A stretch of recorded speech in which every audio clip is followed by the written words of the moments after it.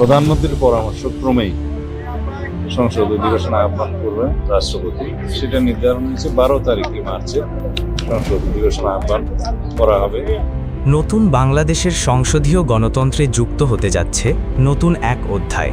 আগামী 12 মার্চ বৃহস্পতিবার বেলা 11টায় শুরু হতে যাচ্ছে ত্রয়োদশ জাতীয় সংসদের প্রথম অধিবেশন।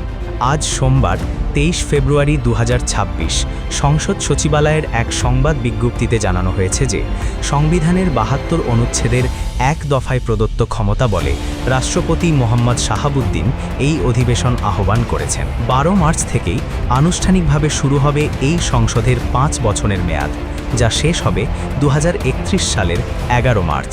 সেই অধিবেশনে স্পিকার, ডেপুটি স্পিকার নির্বাচিত হবে এবং ইন্টারিম গভর্নমেন্টের আমলে যে সমস্ত অধ্যাদেশ প্রণয়ন করা হয়েছে সেগুলো উপস্থাপন করা হবে, সুপ্রস্তাব হবে প্রথামাফিক এবং রাষ্ট্রপতির ভাষণ হবে।